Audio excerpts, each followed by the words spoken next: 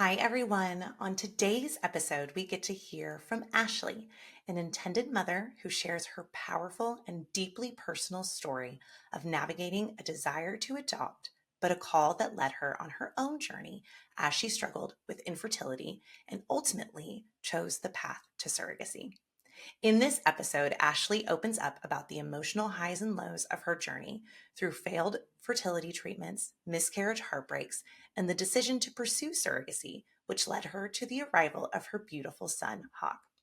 Join us as Ashley reflects on the support of her community, the complexity of balancing grief and gratitude, and how her faith evolved during one of the most challenging seasons of her life. Me, you, and who? Who knew it would take more than two people to have a baby? In a world where infertility is no longer a taboo topic, this podcast will take you through all of the different aspects of surrogacy and egg donation through the lens of many who walk this journey in different ways. My name is Whitney Hall, and I am a two-time surrogate, now turned surrogacy coordinator for Egg Donor and Surrogate Solutions, the very agency I used when I chose to carry for two amazing families. With this podcast, it is our goal to help guide and support you as you learn about what it takes to grow a family in an alternative way, as well as hear inspiring and beautiful stories of how this path has changed lives forever. We can't wait for you to hear about just one more way happy families are created every day. Hi, Ashley. I'm so glad you're here. Thank you. Happy to be here. So I am so excited to just hear you and get to know you more and your story. But tell me, how did we even get here? How did surrogacy come into your world at all? Tell me all the things. Our story started a long time ago. My husband and I got married in 2011. So we've been married now 13 years. Congratulations. We actually met in 8th grade. So cute. Yeah, at the tween dance club. So if your 8th grader ever comes home and says that they met their partner for life, they could be right. They could be right. I love it. I love it. Yeah. So I guess, we had a very big, full life. We got married really young, right? 23 years old. Kids were something we both always wanted, but we're not on the radar like anytime soon. So we lived in LA at that time. We're both from Houston, but my husband was living out in LA and I had moved there. And so we came back to Houston, got married, went back to LA, and then started our life. And at that time, I actually wanted to adopt kids. And that's something that I had decided when I was like a little girl. It's kind of a long thing, but basically. But it was on your heart. Yeah. My mom struggled with infertility and she told me about that since I was young, just about how awful that experience was and how difficult it was. And so I saw, I could clearly see as a child the pain it had caused my mom. So I think in my little girl brain, I decided, I'm going to avoid that pain by adopting. Oh, wow. And I had cousins who were adopted. So I saw it, I saw the value and the beauty in growing your family in that way. So that was something I had thought I wanted from a very early age. When I, would tell my friends, my husband, hey, I'm going to adopt kids. So are you cool with that? Yeah. And I think he was like, well, you're the one who would be carrying our biological kids. And so, if that's what you feel called to do, I'm on board. But I think Jason always did want biological kids, but also was open to other ways of growing our family. Yeah. So anyways, we, entered into life thinking that was going to be our plan. And so for years, it was just us having fun. My husband's a musician, so he did a lot of touring, and it was just I was hanging out with my girlfriends for, years before kids were really on our radar. So then it started getting like to the point where we were like, maybe after we were married, like 7 years probably, it was like, okay, well, I think we're going to look into the steps for adoption. So Sure. we went to like one of those seminars where they talked about private infant adoption. We even started taking the first steps to become involved in the foster system in LA. Mm-hmm. Mm-hmm. And then so that's where we were at that time. My husband was out on the road. I was visiting my baby godson in San Diego at my cousin's house, staying there. And so I'm going to get into the part where how having biological kids like entered your world. Realm. Yeah. Yes. Because we were at this point, we are on the road of adoption. Nothing has changed our mind. You've had that. You're kind of protecting that little girl, it sounds like, as far as just hearing that experience, from your mom. And to go back just a touch, when you were a little girl and you're kind of hearing this from your mom, obviously you were born, so her infertility journey had a happy ending, a different type of happy ending. How did you, like, as a child, did you ever kind of get into that with her of like, tell me more, mom? Or were you just kind of like, this is just her story and I'm going to. I mean, I know the story. She tried for many years. They had, I think, a total of like 5 miscarriages before I was born. But then she went on to have me, and then my sister 2 years later, and then 8 years later, my brother. So, it was kind, and I had many women in my family who actually struggled with unexplained infertility. So it wasn't like that uncommon. As I started getting older, and I had, cousins and other people that struggled with it. So I didn't talk to my mom about it that much when I was a child, but it was a big part of her story, a big part of her faith journey, going through all that. So I think, later in therapy, I figured out that, I was protecting myself. I was like, how do I not, like, this was clearly very traumatic and very excruciating for my mom. How do I avoid that in myself? Yeah.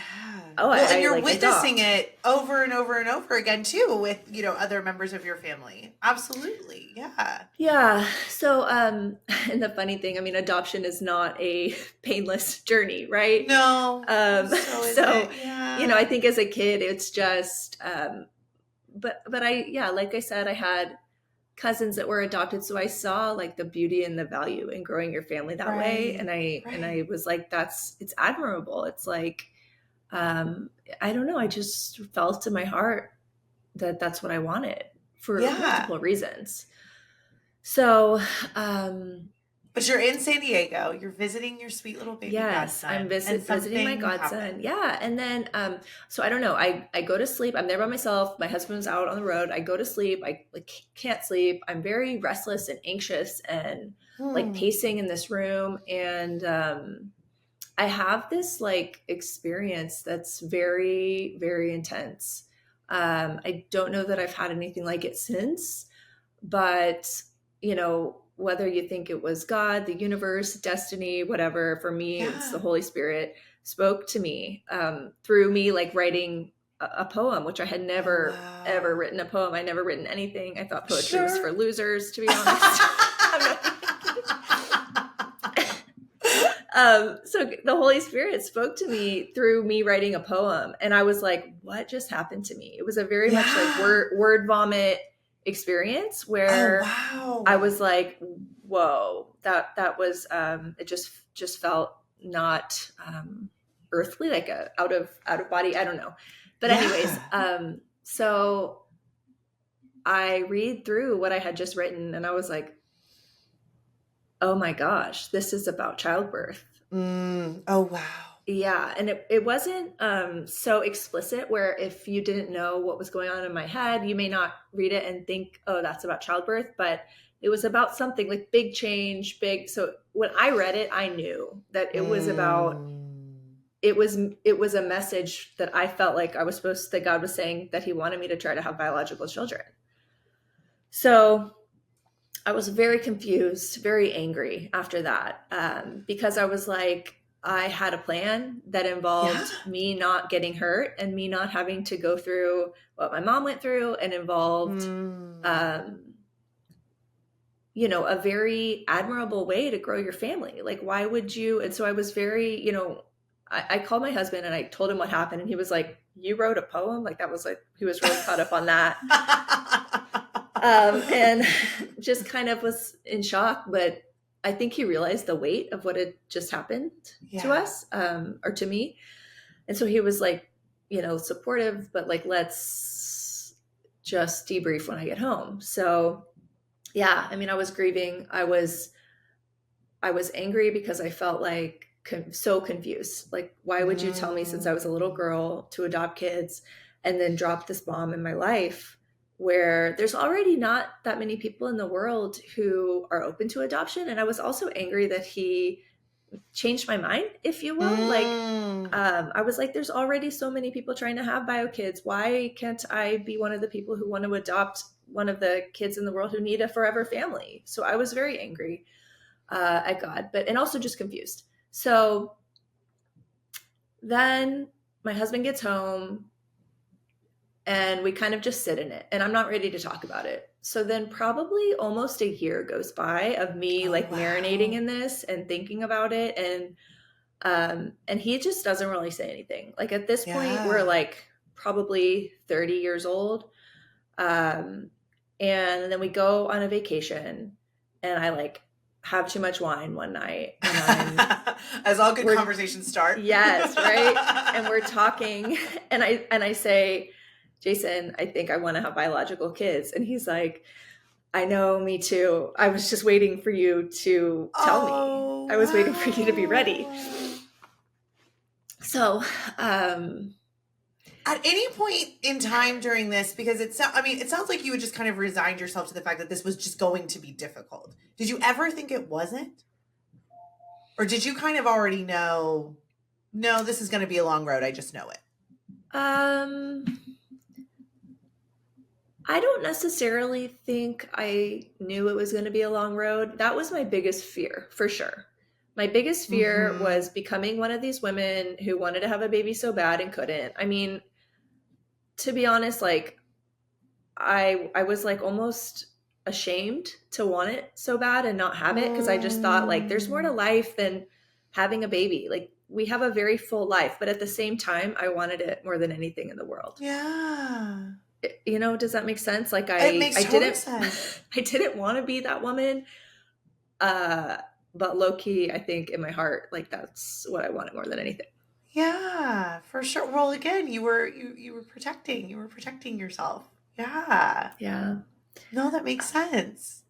Yeah. So sweet Jason waited for a year. Yeah. For a good wine conversation. Yes. And he was always like, your body has to do it. So it's, you know, I want what you want. Yeah. He really was. So, but yeah, we had that conversation. He's like, me too. I was just waiting, like, for you to tell me, because I knew, like, that's what you wanted to. So, and I was kind of waiting for you to be ready. So then it became like, we're ready. So then we start trying, and, you know, part of me did think it would just happen right away. Like, that God would be like, haha, see, it's not so hard. And I remember I had a girls' trip planned to New York, and I was like, gosh, and it was like 6 months away. And I said, oh, I don't want to get pregnant before New York, because I want to, like, be able to go out and party with the girls. Yeah. So I thought, but if it doesn't happen, like, I'm going to start getting kind of antsy when I get home from New York, and if it hasn't happened. So New York comes and goes, hasn't happened. And then I start getting like, okay, I'm ready. Like, let's, okay, it needs to happen. It needs to happen. Yeah. And so after about 9 months of it not happening, I went to the doctor. I went to see the gynecologist, because I knew unexplained infertility runs in my family. By this point, I think I was like freshly 31 years old, maybe. Okay. And so I wasn't, like, considered geriatric or whatever. Which is just the meanest word. I swear. I know. But I'm, like, a very physically fit, healthy person. And I go to the doctor and they do some tests and they're like, your body everything looks perfect. Everything looks great. This shouldn't be hard. Yeah. So then it still doesn't happen. So I asked to see a reproductive endocrinologist. So we see the RE. And we start with, I think, like a medicated cycle, and then that didn't work. And then so we move on to IUI, the turkey baster method, for those of you who are not familiar. And the reproductive endocrinologist, again, like does like a sperm analysis and tells Jason, like, your sperm's amazing. Your sperm is so... What a compliment. Yes. Like, and Jason's like getting a kick out of it. And they're like, oh yeah, look at all these beautiful follicles. Look at this beautiful sperm. You guys are going to have multiples. Like, and we really thought, like, to this point in my life, I had been like, hey, when I want something, I work at it and I get it. And I am a high achiever. And so I thought, like, I'm going to just achieve this. I'm going to nail it. We had 2 like young, healthy bodies. Everything's working perfectly. Perfect sperm, perfect eggs, whatever. Yeah. So we then go through 5 failed IUIs. So this is when things, like, I guess, spiritually, all of it just start to really get messy. Because I'm like, God, you did this. You told me this. Why did you tell me this only to make me suffer? Yeah. Like, and go through this, torture of wanting this so bad and not being able to get it. How are you navigating? Because, I mean, you had, I mean, in your words, you had grieved this original idea of how you were going to grow your family. Now you're, okay, let's do it. It doesn't go kind of the quote typical way. And so now we are having to start having these appointments and things like that. What was kind of your mind like during that, especially knowing the family history and then knowing where you came from, that this idea, like, you had been wanting to avoid this the whole time?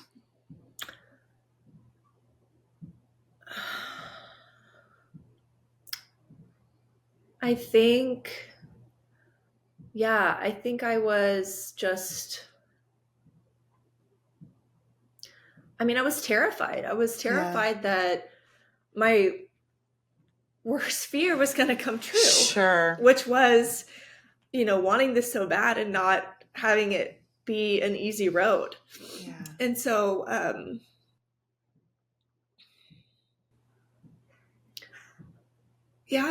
think I was scared, but, I trusted God but I was also confused. Yeah. I don't know. I think the main words or the main themes that come to mind are terrified and confused. Yeah. But also you just keep doing what feels right next. And once you get your mindset on this, like, if this is what you want, there oftentimes is no off switch, and people, it's just like a biological pedal to the metal drive within your body that I don't even know, like, what I went through, like what we will go through to get this is just astonishing, Yeah, absolutely. Absolutely. So everything's starting to unfold. Essentially, your worst fears are basically coming true. And yet you continue, you're like, I've got to move forward. We're on this train. We're moving. Exactly. Yeah. You just keep putting one foot in front of the other. And, so then we do IVF. We did our first round we switched doctors because the doctor who did our IUIs was terrible. I did not like her, did not have good feelings. So anyways, we switched to a different, like, bigger, more reputable reproductive endocrinologist group in LA. So, which is super important when you're going through something like this, is you need to trust and believe in the team that you're building around you. Absolutely. Yeah, absolutely. And, my kind of default mode is like maybe over research, over analyze, overthink. So I went into this like, I don't want to be like that. So I actually didn't, I'm a nurse practitioner. Right. I take care of seniors primarily. And so I never liked women's health. I never liked like OB class, never liked any of it. I was like, I do not want to do women's health. Sounds the least appealing to me. So my knowledge, although was basic because of school, was also, Sure. I didn't have any experience in that. Like I took a class in nursing school and a rotation and I was like, yeah, nope. Check the box. Done. So, I really didn't want to become like this psycho woman who was like obsessed with getting pregnant. So I kind of just let it happen to me. I didn't educate myself as much as I should have. I didn't ask as many questions, but I also was like, at some point you just have to like trust. I am going to choose to trust the doctor and not try to figure everything out myself, if that makes sense. Like I didn't want to become so stressed and caught up in everything. So yes. I was just kind of like, I'm just going to move forward. And I don't think like the way I went about it was wrong. It's just kind of funny because it's not my personality. Well, I think it's so easy to, you can kind of go down the rabbit hole of Dr. Google and Dr. Facebook and asking everybody. And, if you're looking for an answer, like it's out there, you'll find it on the internet for sure. But it's, you've got about 30 different answers to the same question and they're all different. So it can be really hard and overwhelming. Yeah. Yeah, definitely. So we went into IVF. We did one round. We ended up with 6 beautiful, healthy, high-grade embryos, which is like more than most people can ever ask for. So again, though, made it more confusing when things continue to not work out, right? Because it's like, we're young, we're healthy, have beautiful eggs and sperm, beautiful embryos. Okay, so what's the problem, right? Like all of the tests come back normal. Everything looks great. So we make these amazing embryos and we're like, okay, this is it. Like we are going to, and we felt committed to either using all our embryos personally, or we had planned to donate if we had any extra. Like that was our plan for our embryos. And so we really thought we were like, oh my gosh, okay, maybe we can have 4 of them and then we'll donate the other 2. And we were like talking through what it would look like to have like someone raising our DNA on the other side of the country. Like, we really thought this was going to go great and that we would end up with probably needing to have 4 children to give the embryos, like give us a chance to as many embryos as possible. Because we really believed it was all going to be great. And we were going to have this big family. So, then we did our first embryo transfer and it ended. So they called, they said, you have a positive pregnancy test. And I was like, what? I mean, I was in shock, but I also was like, okay, yes. But they were this is the first positive pregnancy test we've ever had. The first and only positive pregnancy test I have ever had. Yes. And so they said, your beta HCG number is a little on the lower side, but it's within normal, and we're going to recheck it in like 2 days. Yeah. So then they recheck it, and it got a little higher, but not much. And they're like, okay, well, sometimes the embryo just has trouble implanting. We're going to check it again in another 2 days. So, it just kind of basically eventually, it was a chemical pregnancy. It just didn't continue to rise. And I went in for an ultrasound and they could like kind of see something. They were like, okay, sometimes this happens or it can still survive, but it didn't. He didn't. And so we had 5 male embryos and 1 female. And we were using them in order of like healthiest to least, highest grade to least grade. Yeah. So yeah, we then miscarried. My chemical pregnancy, I guess, is the term, but it was devastating. It was like very, again, just confusing, and it was just so brutal. Like then what followed, even just what went on after that. But so that was kind of you get to the point where something like that happens. But then the doctor said, well, a lot of times after a chemical pregnancy, that shows your body can get pregnant. And so we have a lot of luck after chemical pregnancies with the like subsequent embryo. So we're like, okay, cool. This is going to happen. This is it. Mm-hmm. So then we went on, however many months later. And I think COVID had hit by this point.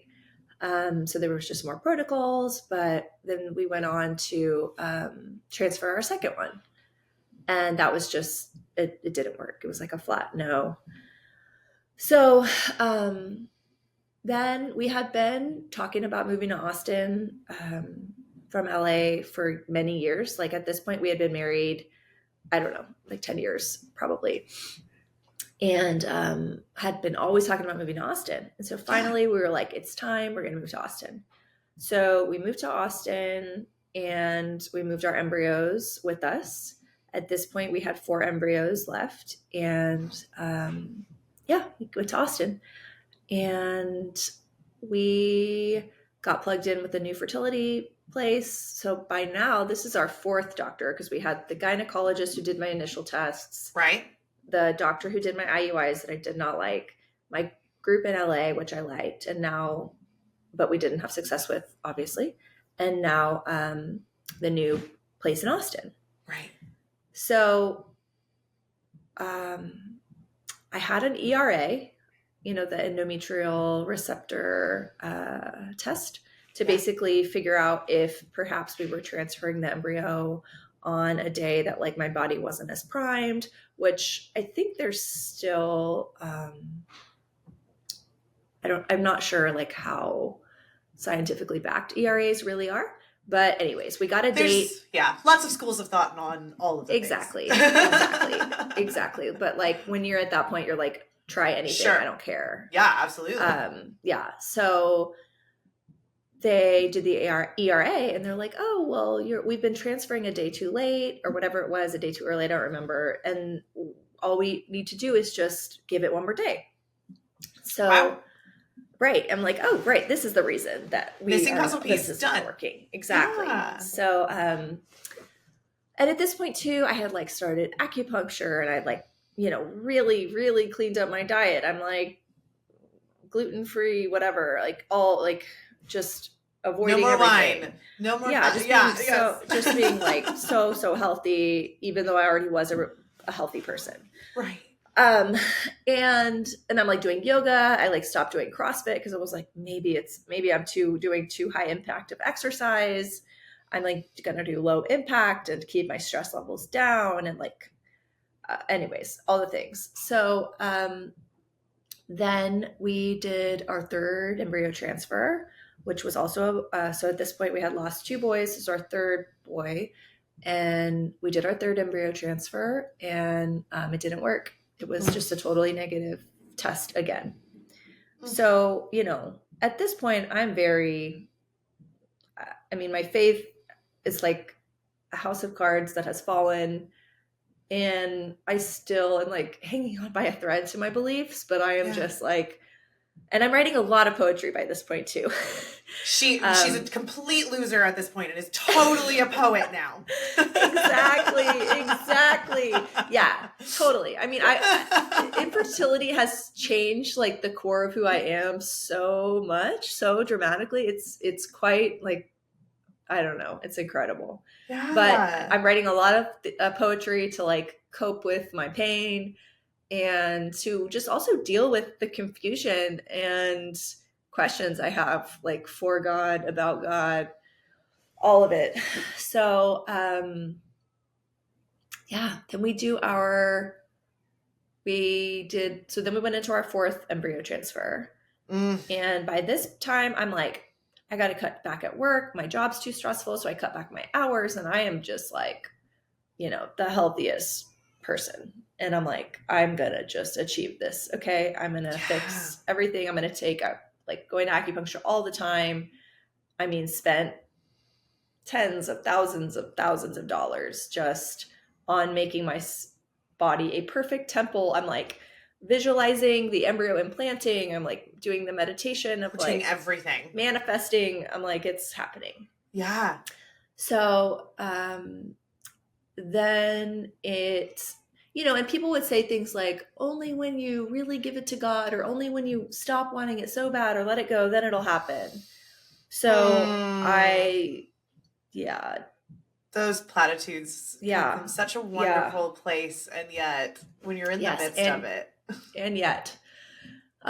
So I tried to do all those things, like really just surrender, and so when that fourth one didn't happen, I mean, and by this point, like I'm a very happy, joyful person, but I had to get on antidepressants for like, I think a year, because I was weeping every day driving to work.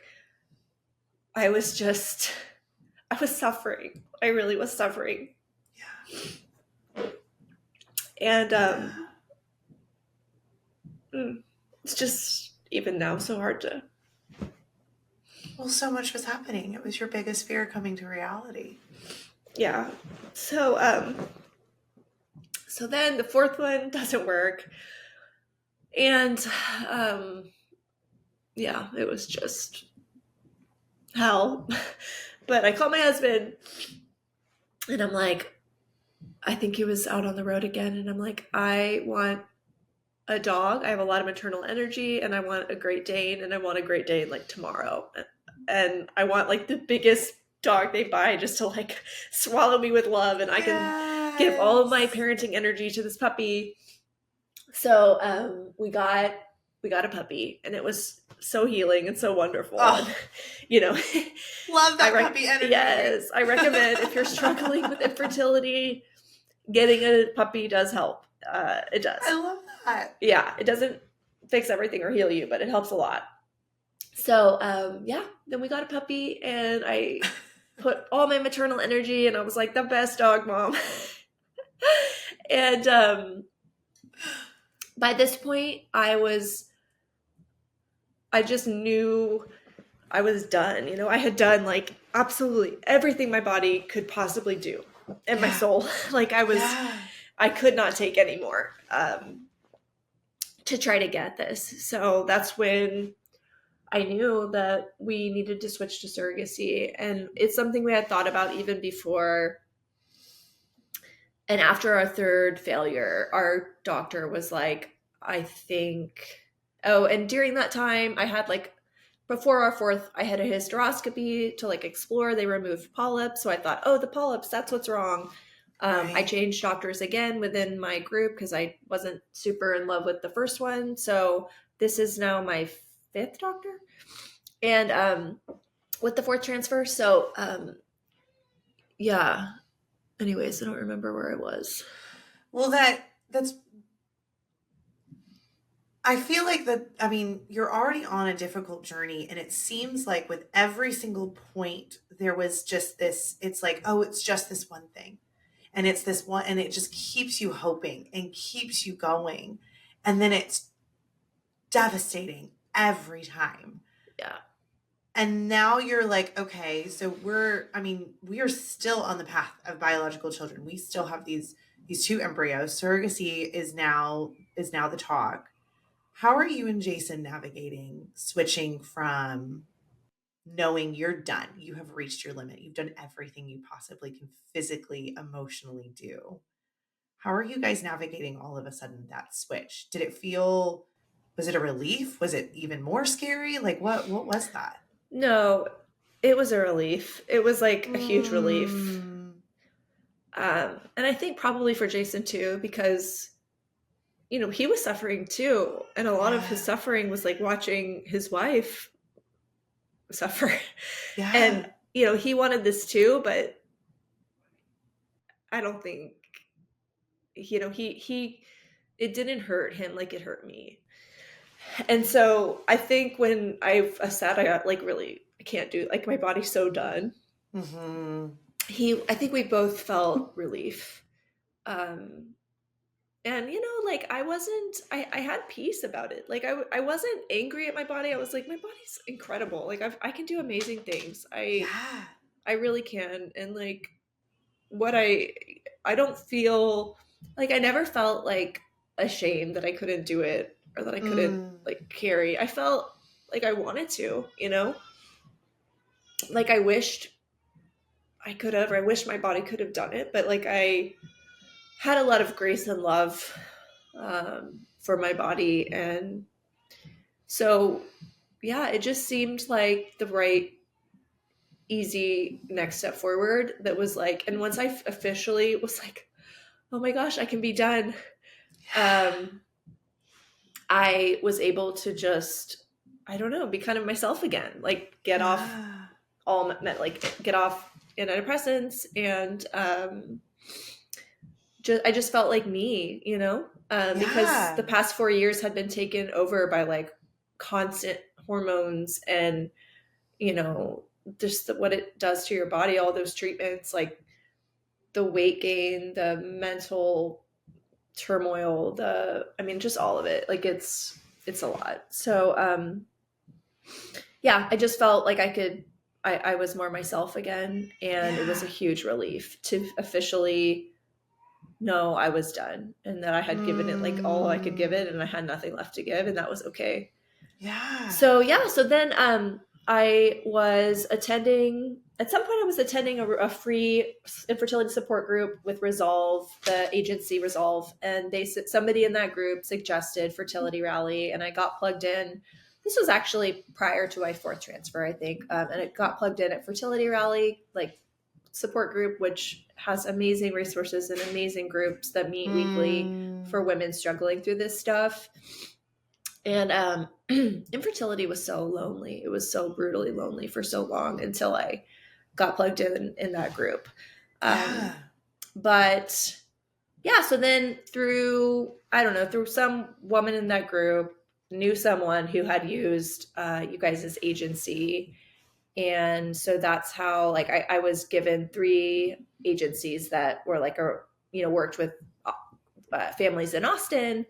And I briefly interviewed them, but by then I was so tired and so just done with all of it. Like the interviewing, I had no brain space left for this. I was so like at a point of desperation that it just like, egg donor and surrogacy solutions was such an easy like fit that it felt like right away, like, okay, this is the right one.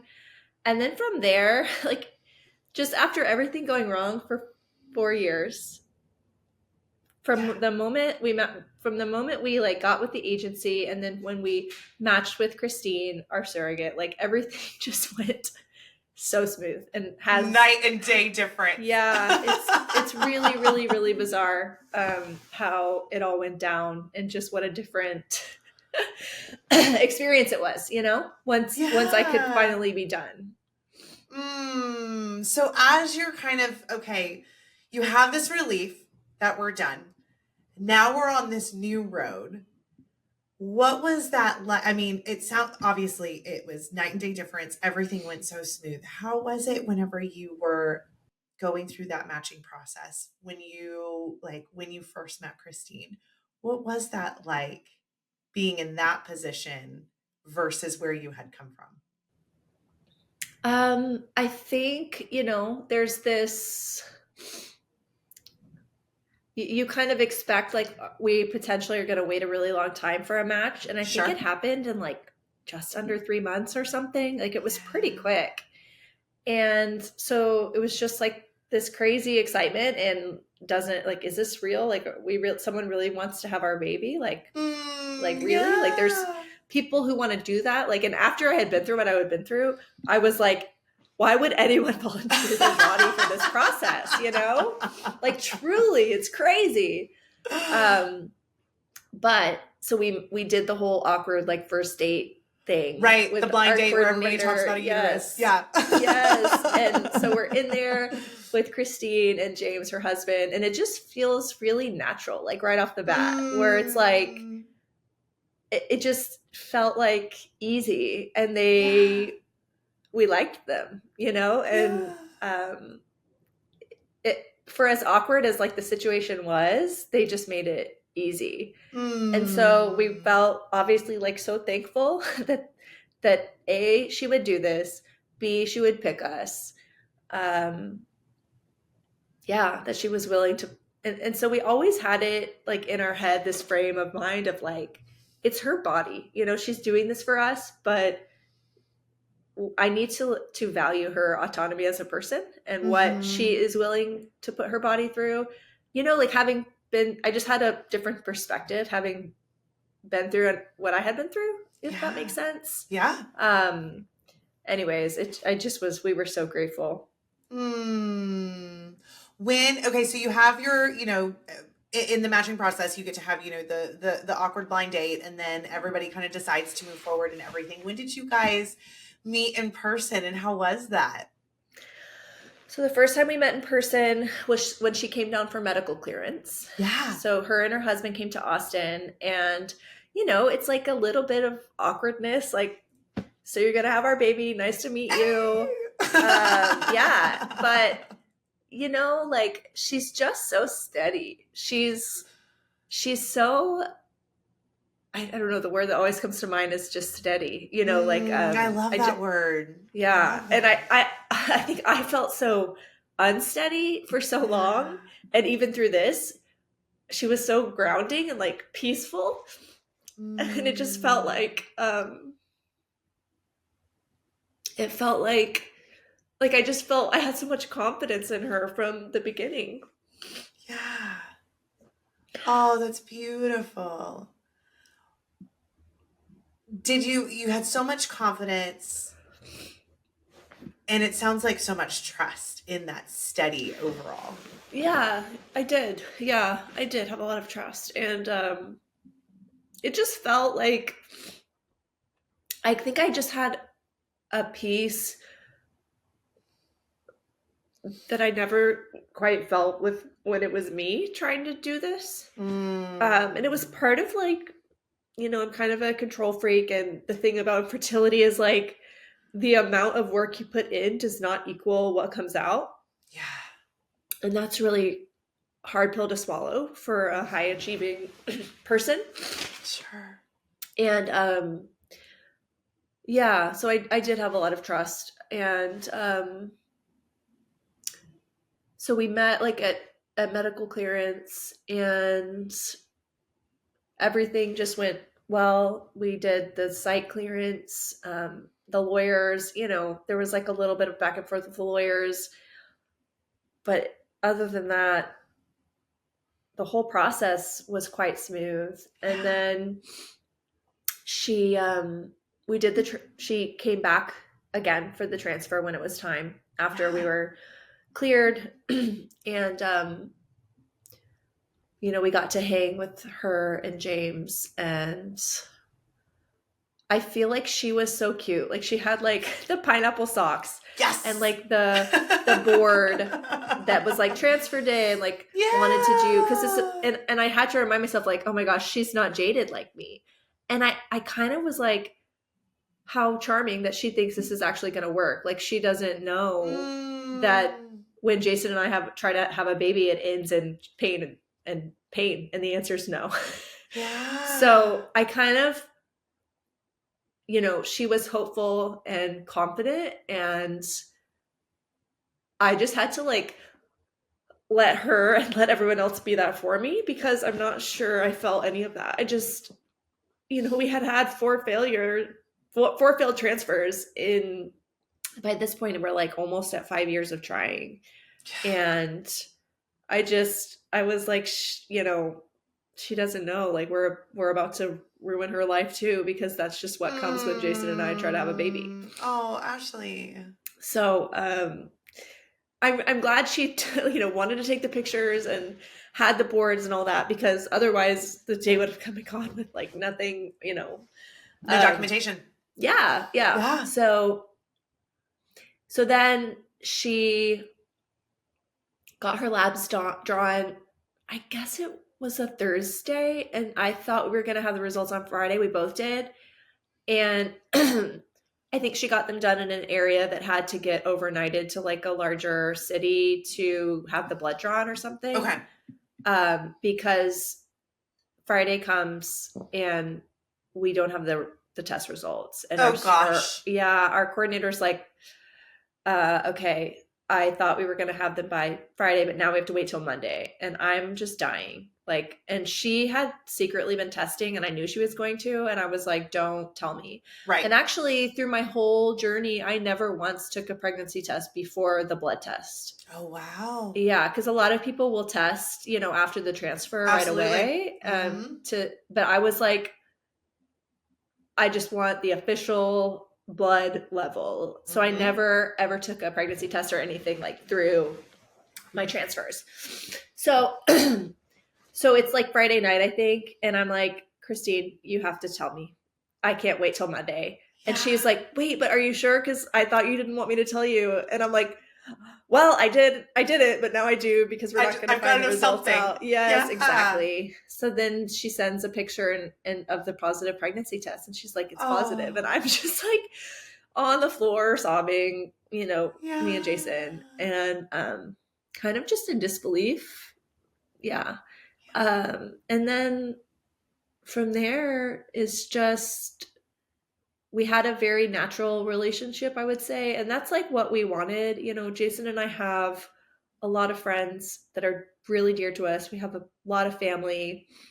We weren't like, some people are like, oh, I want to visit on Christmas and have a new auntie. And we were like, we want it to feel natural. You obviously are a part of our family and our story forever. But it was really lovely to see like how the relationship grew and like how we wanted more of her, if that makes sense. And so we got to know, like, so we went up to where she lives and we're in different states. So we went up to where she lives for the first appointment, for the anatomy scan, and like got to be there for that. And, and we'd always be on the phone like during the appointments, and I got to know the doctor, and she got me for Christmas a bond bracelet where when she would feel our son kick, she would buzz me. And so all day long at work, I'm like feeling the buzz, or at home. So it's like, I know how active he is. And I was so surprised how much he would move. Like and how early. I didn't realize that. And so that was really cool to be able to get to feel like a part of that. But yeah, our relationship just felt really natural and easy, When going back to that feeling of transfer day where you're just expecting the worst, and here she comes with her pineapple socks and her board and, just all of those things, to positive pregnancy test, the first transfer for her, and all of those things. When did you let yourself celebrate or feel like that? When did you allow yourself to feel like it was real? Was there a moment, or did it just kind of progress? It was a slow progression. Yeah. In the beginning, I was very hesitant because, the miscarriage risk is higher earlier. Absolutely. But I still knew like, this is different. Like I had so much more confidence in her body than my own, and so much more peace about her body doing this than mine. Yeah. So, I think it wasn't instant, because there was always that fear, but a lot of the fear was for other people. Like I didn't want other people getting excited because other people would get hurt, just like I was used to being hurt. But I think I believed it was going to happen like immediately. Like I felt like, this is it. It's going to happen, and it's actually going to go really smooth. I had that feeling since really, really early on. And that's how it went. Like everything went, birthing was nauseous, developed like carpal tunnel at the end. So, not the easiest thing for her, but the process. Oh, absolutely. Yeah. After so much turmoil, the process was so smooth. And I had a feeling in my gut early on that it was going to be like that. I love that. And I love that you were part of it with whether it's the bond bracelet or you guys, like you said, that relationship just kind of grew, organically. What would you say, besides delivery day, but what would you say was maybe kind of one of the most memorable moments or maybe surprising moments of the journey kind of as a whole, besides delivery day? That gets its own special focus. Yeah.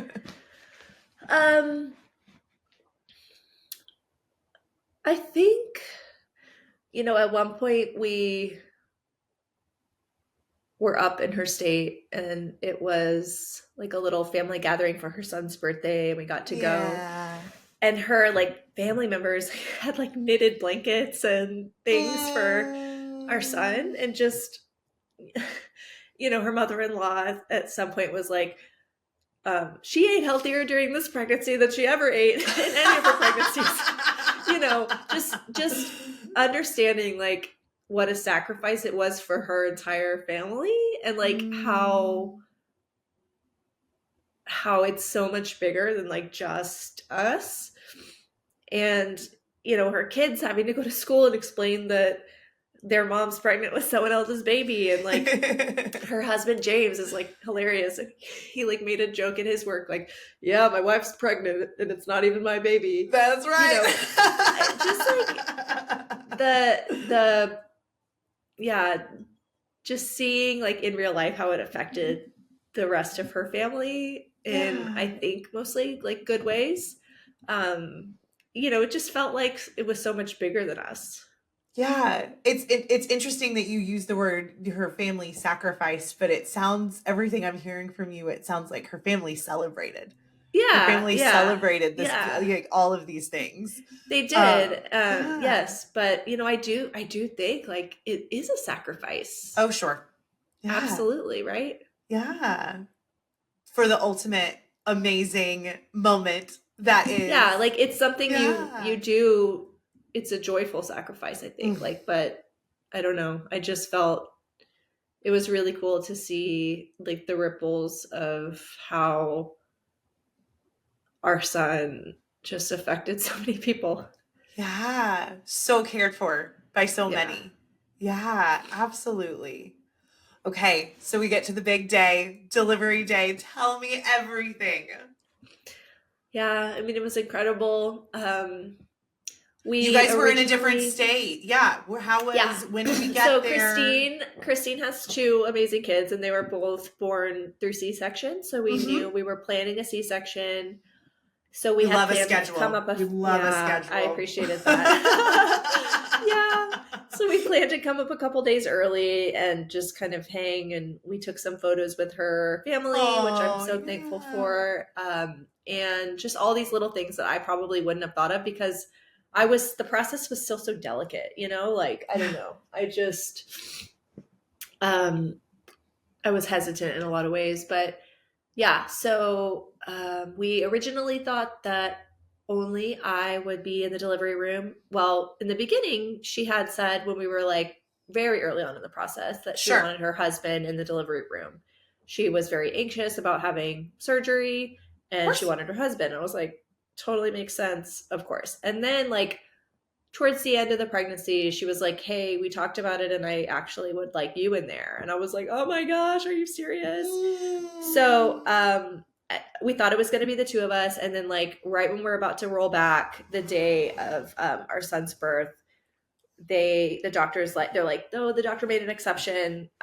Husband and dad, come on, let's go. So it's a party. Yeah. So they got to stand like just outside the OR. So I'm in there. I'm not in there yet, but they're prepping her, and then they bring me in, and I'm back behind like the drape holding her hand, and she's like moving around on the table, like it's a whole process. Thing. Yeah, yes. Absolutely. And I being an NP was like excited to be there, like to see all of it. Sure. So they're like, your son is about to come out. Do you want to come to the other side? And I'm like, yeah. But I was very conscious about Christine, and like, I didn't want her to feel alone. Yeah. So it felt weird going from that end to like the other receiving end. But I don't think she could see me because I was on the other side of the drape now. And I watched my son come out and they give him to me, and I'm just like a wreck. Yeah. But I'm very, like, I'm holding him, and I'm very conscious of the fact that Christine's on the other side, and I want to be with her. Like, I want to go immediately and like tell her thank you and hug her and like show him to her. But they're like doing, cleaning him up and doing all the things. Yeah. And then, so they're like, can I go and show her, our son? And they said, yeah. So I went over there, and her husband had been brought in, and I was like, I wish you guys would have told me her husband was here so I didn't worry so much about her, But I was very thankful to see they had brought James in, and he was like there with her. And then I could like fully mentally shift to like my son. And yeah, I mean, then I could see my husband looking through the window, like watching me hold him. And then we, once he's cleaned up, like they give him to me, and we go out and I hand it to my husband, and we're just like just losing it right outside of the OR. And then we did get a room, and like we had an amazing experience in this hospital. Like, I remember on the way, Jason was like, okay, Ashley, you need to prepare for people saying comments that maybe seem hurtful. It's just because they don't know. This is a really like unique experience. A lot of like, a lot of people the nurses, go on autopilot, the receptionists, they'll use mom. Yeah, exactly. They don't. They're not used to this. So like, try not to be offended when they say things that you find hurtful.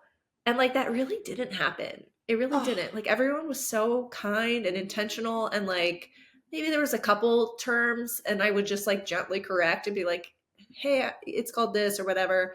But we just had such an amazing experience, and like, we had our own room, and we just felt it was just really wonderful. I mean, everything was so smooth. But yeah, so we went back to our room, and they took the measurements and everything. And the photographer who had taken photos of us all together before his birth came back. Christine like offered, hey, she said she would take newborn shots, and I was like, I just never would have thought of that on my own.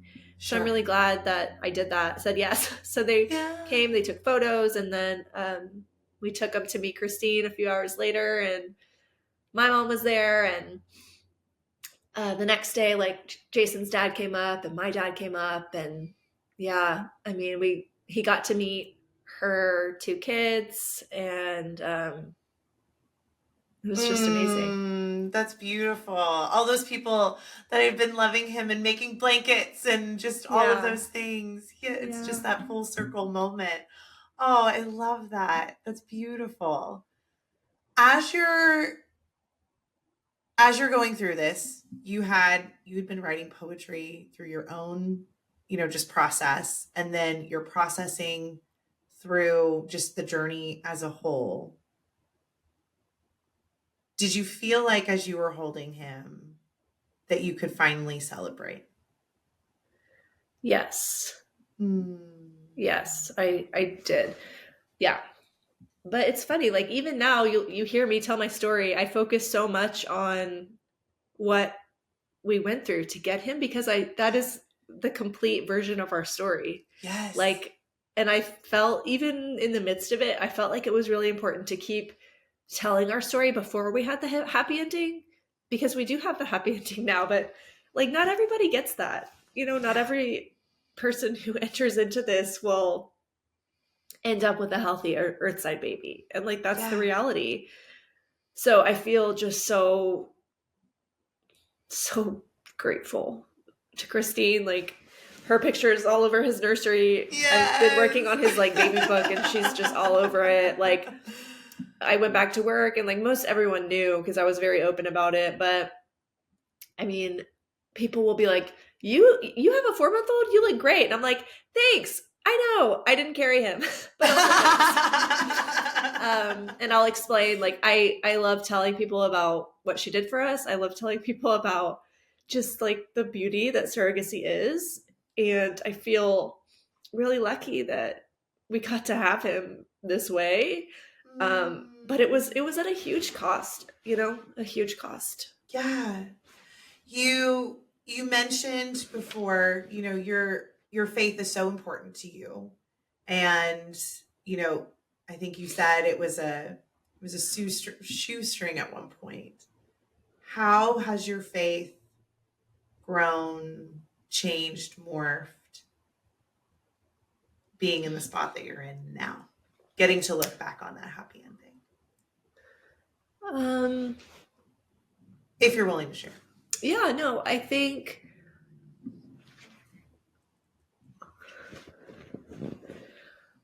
something I realized like halfway through all of this, like way before we had baby Hawk, and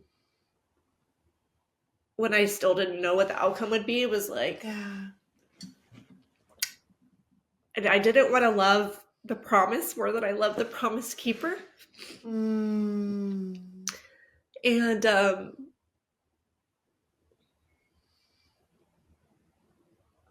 just that, you know, I hear a lot of like everything happens for a reason. I'm not sure I believe that mentality. Like, I think there's just random pain and suffering that makes no sense that happens, like that has no purpose. I think that I had this like mantra in my head, like, God can do this, he will do this, but even if he doesn't, like, he's the most high king and I will worship him forever. Like, that was always what I would try to come back to.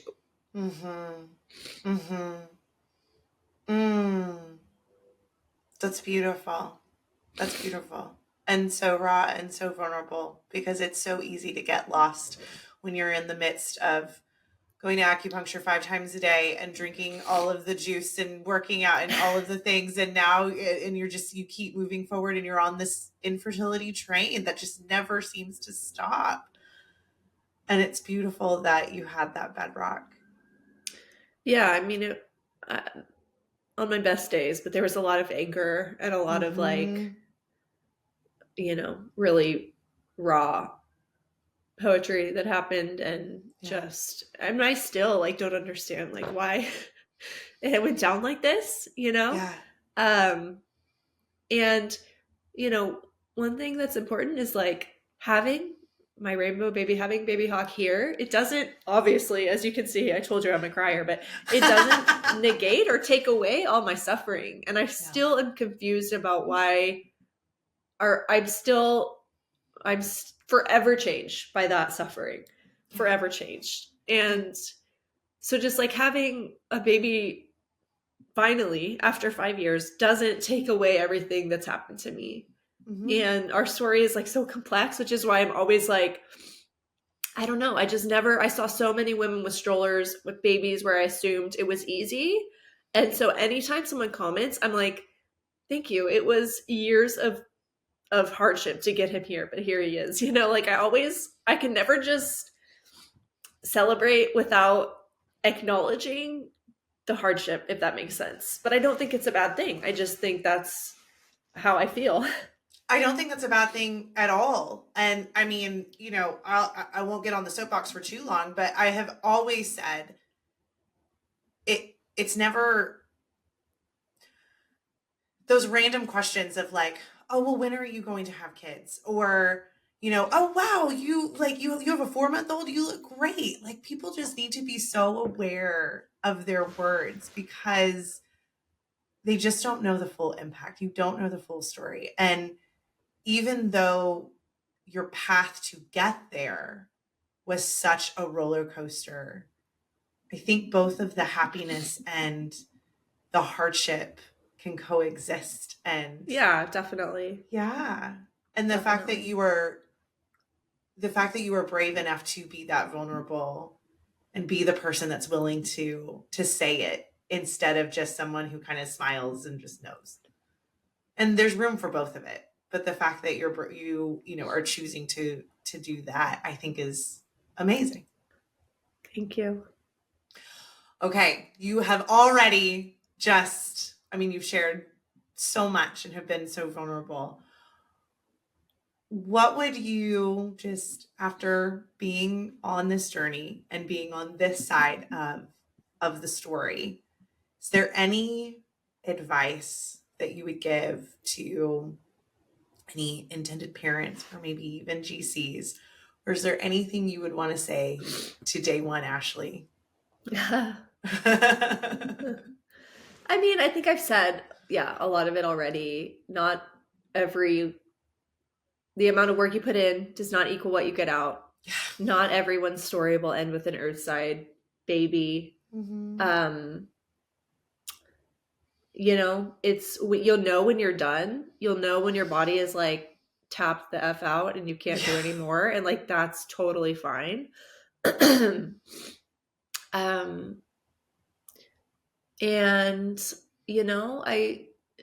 you just keep doing the next right thing. If anything, I guess I would say, don't wait as long as I did to get support. And, I got off social media very quickly because I thought, I don't want to keep seeing all these happy families and all these pregnant women of like random people I went to high school with. Like, it's just making me feel so depressed. So I didn't even know there was like support groups for the longest time. So I was just so lonely for so long. So I wish, if anything, I wish I would have Googled infertility support group sooner, because that's how I think I found Resolve, which led me to Fertility Rally. So and we're going to link that in the show notes for those of you who don't want to Google.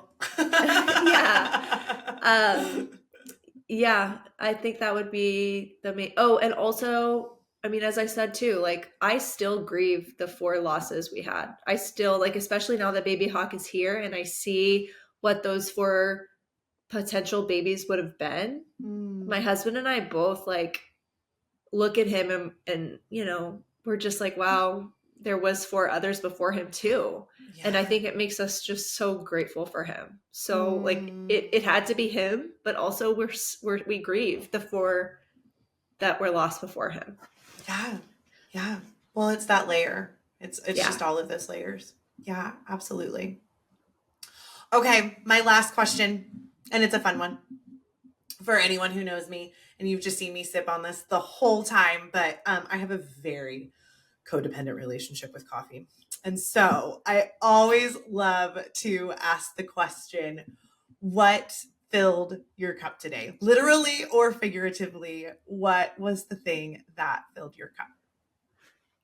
Yes, coffee every day. Every first thing day? In the morning. Every day. I love it. When I lay in bed at night, I think about the coffee I'm going to have in the morning, and I get excited. Girl, you're singing my song. You're singing my song. Yeah. And, just Hawk, like, what a privilege it is to, when I hear his cry and it wakes me up, like, and I stop sleeping and I'm like, oh, I'm tired. I'm like, oh my, like, it's just such a privilege and a gift to get to take care of him and be his mom. Yeah. Oh, that's beautiful. That's beautiful. And then you go in, you see that sweet smile and the little gummy mouth. Yeah. And he's in that phase where he's just so excited when you get him out of his crib. It's just the sweetest thing in the world. I love it. Oh, that's amazing, Mama. Well, again, I noticed that it ad nauseum, but truly, thank you so much for your vulnerability, for crying with us, for sharing. Oh, girl, I'm here for it. For just sharing everything. I mean, it can be so lonely, and it's wonderful to be able to hear another story and to know that you're not in this alone, and there have been others before, and others now, and I'm really just so grateful that you were willing to share your story. So thank you, Ashley. Thank you so much for joining us on this episode of Me, You, and Who. We appreciate your time and hope you enjoyed our discussion today. As we wrap, we would like to remind you of some of the ways that you can stay connected with us and be part of the Me, You, and Who podcast community. Firstly, if you haven't already, make sure to subscribe to our podcast on your favorite platform. Hit that subscribe button so you never miss an episode and can stay up to date with our latest content. But that's not all. We also have an exciting YouTube channel where we share some bonus content, behind the scenes glimpses, and video versions of our episodes. Head over to YouTube and hit that subscribe button there as well. And don't forget to click the notification bell so you'll be the first to know when the new episodes go live. And for more exclusive updates, engaging discussions, and a chance to connect with fellow listeners. Be sure to follow us on our social media accounts. You can find us on Instagram, Facebook, and TikTok at Create a Happy Family. If you're interested in finding out more about creating a happy family, please visit us at www.createahappyfamily.com. Thank you again for being part of the Me, You, and Who community. Your support means the world to us. I can't wait for you to join us next time as we continue to share stories and journeys of creating happy families.